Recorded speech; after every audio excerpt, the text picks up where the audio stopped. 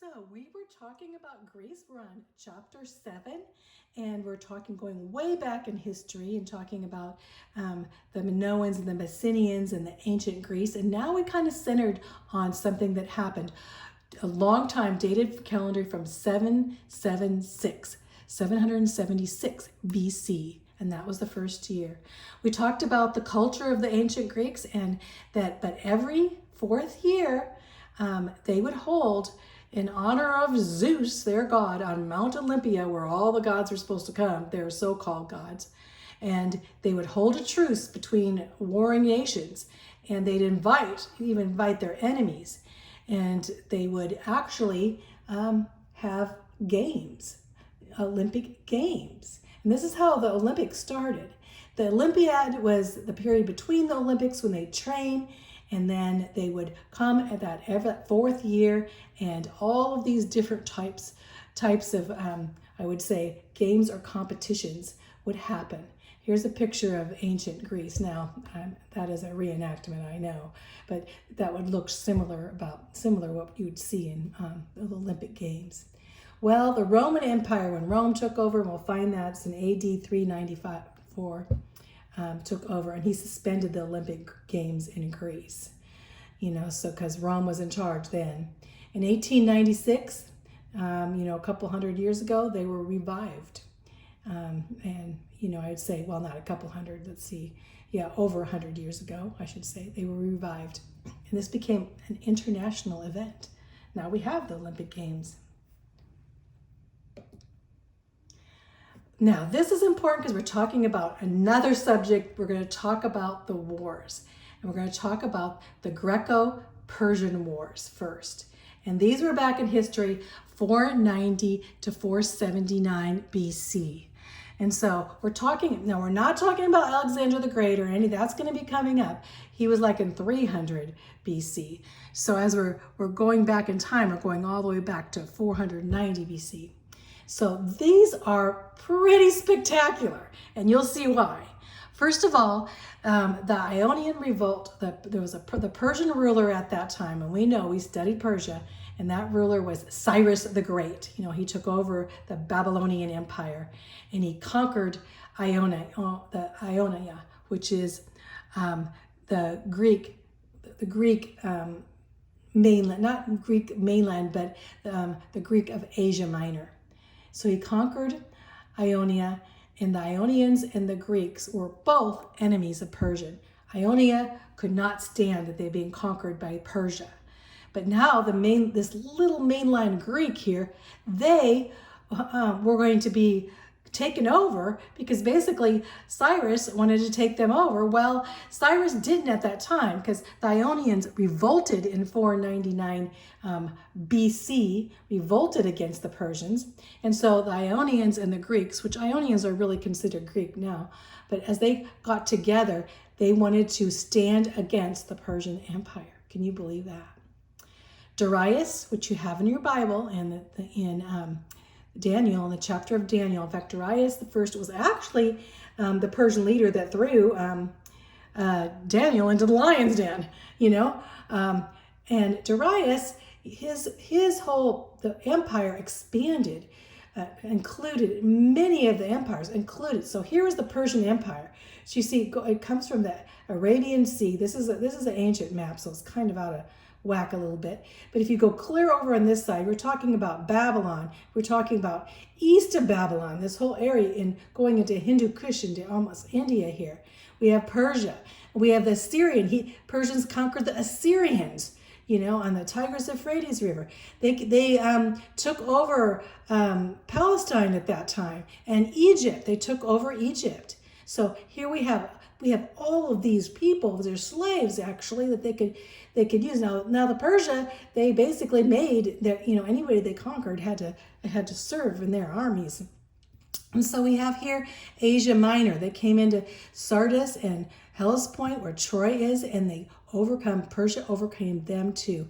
Now the Ionians, which are on this area, they were overcome. They revolted, but now this is Greece. See how small Greece is compared to this huge Persian Empire. So they were so like, we're going to stand up against them. Oh my goodness, how could the tiny island of Greece, or the tiny peninsula of Greece, including the islands of Greece, how could they go against such an army? So this is recorded in history as one of some of the magnificent battles in history, and first battles. Darius, the Persian king, crushed the revolt of the Ionians and demanded that the Greeks submit to him, or else he was going to come and overthrow Greece and do havoc to Greece.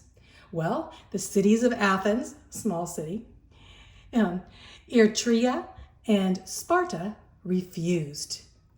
These guys are refusing. So we have some battles. Actually, there's 5 spectacular battles. When we talk about the Battle of Marathon, then we think of Thermopylae. Thermopylae is where the Persians attacked. The Battle of Marathon, you think of the word marathon as a runner that's running in a marathon. Well, that came from the Battle of Marathon, because they had a runner that would go and give them messages as what was happening. In the Battle of Marathon, the marathon runner would come, and in Thermopylae they came and they'd run, and by the time they'd get there, they'd be passed out, and some of them would die, these marathon runners. So there's the Battle of Marathon is Thermopylae, as the marathoner reported what happened. They didn't have they didn't have telephones, they didn't have email, and they didn't have letters, so they had to have runners. So anyway, Xerxes, sounds familiar? Xerxes the first was actually in the Bible, was Queen Esther's husband, Xerxes. Well, 10 years later after Darius, this happened. He sent this vast army to conquer Greece. And at that time, Greece was just a small little thing compared to the Persian army. And so anyway, he sent a vast army, but only a portion ended up sent by ship. Most of them, the army was by foot, would be up by foot. Well, the rest marched. Okay, part of them marched, and the rest by ship in 490 BC. So it took time. They had so many guys, so many soldiers, that it would almost be ridiculous. So they had to feed them along, and they would march just a short time. So it took time, and they even built bridges because they had to cross Hellespont, which is by choice. They had to build a bridge. Well, the Spartans became, like they said, they were very, very military, these guys. And they were like heroes. They were considered heroes, the Spartans. But they were a military city, actually, or a military city-state. Well, they opposed the invasion. And so Thermopylae is a crazy thing. It's a disgrace to the Persian Empire, because Thermopylae was a narrow mountain pass, and it was in central Greece. And the Greeks held them off for 3 days. And we had this huge army coming in, marching in to take them over. And they would have held them for those longer than 3 days, but a Greek trader actually showed the Persians how to get over the mountaintops. And so, how to get through the mountains. So then as they came in. Well, there was a Spartan leader, Leonidas. Leonidas ordered the withdrawal. And so he said, the Greeks need to withdraw now. They had this huge armies coming in, and you need to withdraw. And he decided to stay with 300 Spartans that were trained, to stay there. They stayed behind. And these 300 Spartans and Leonidas, they basically gave their lives and allowed all the other Greeks to escape. So Thermopylae is considered, even though the Persian ultimately won this attack, it becomes a place of Greece considering heroes and thinking and getting them to know, yes, we can stand up to this Persian army and such. Here we have a picture of it. They're marching through. As they're marching through, we see, and this here, Spartans, they're bowing. 300 Spartans held the Persian army, and they ended up being killed. But the rest of the Greek army got to go back, got to retreat. So we're talking about 490 BC. Thermopylae. Remember that one. Now, this is the Battle of Salamis. Salamis is so important in history book because it's the first major naval battle in history.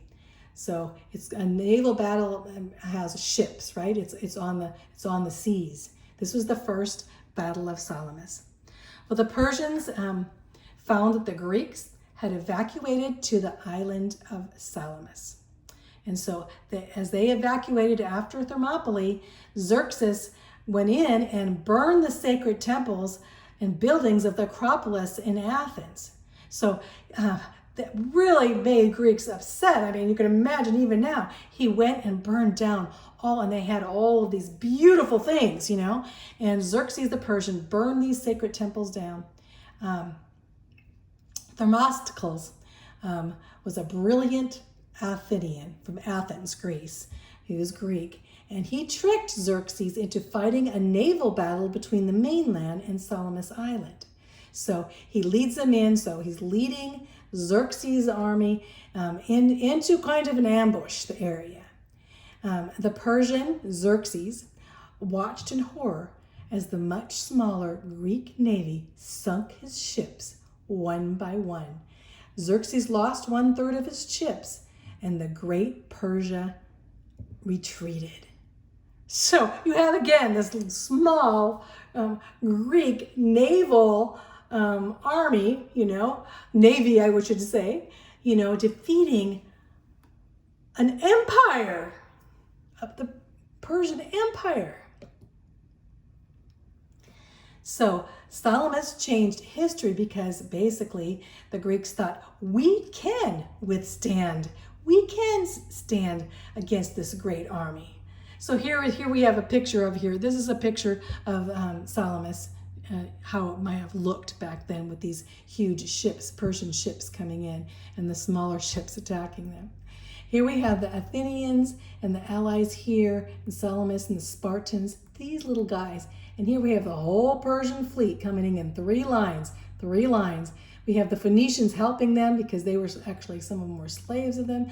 We have the Egyptians coming this way, and they were fighting for Persia. But still, we have the Greeks holding out. Can you imagine that? And Salamis changed history. The Greek victory, and we think of the Greek victory. Here's the Spartans, coming in, and the Athenians. They had come together and won 2 totally different cultures, really. 2 totally different Greek cultures, and we'll talk to them. But they came together against the Persians. So we have the Battle of Plataea. I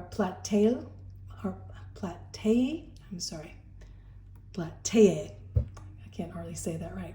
I've been getting tongue-tied here. In 479 BC. So this battle is important for you to know because it's the last battle of Persia fighting, the Greco-Persian Wars, So they call it Greco-Persian Wars. In 479, Persia's defeat was the turning point of world history because it limited the expansion of the Persian Empire. The Greek culture would now thrive, and they'd have a new pride in being Greek. But this would be short-lived because what would be next? Next, we have a civil war. We have those Spartans and those Athenians, those 2 city-states that are totally opposite from each other, would end up in a civil war. Sad in history. So this last battle of Plataea, or I'm not sure how to say this exactly, but we could look it up. But this battle here was basically that battle that would stop Persia. Greek victory.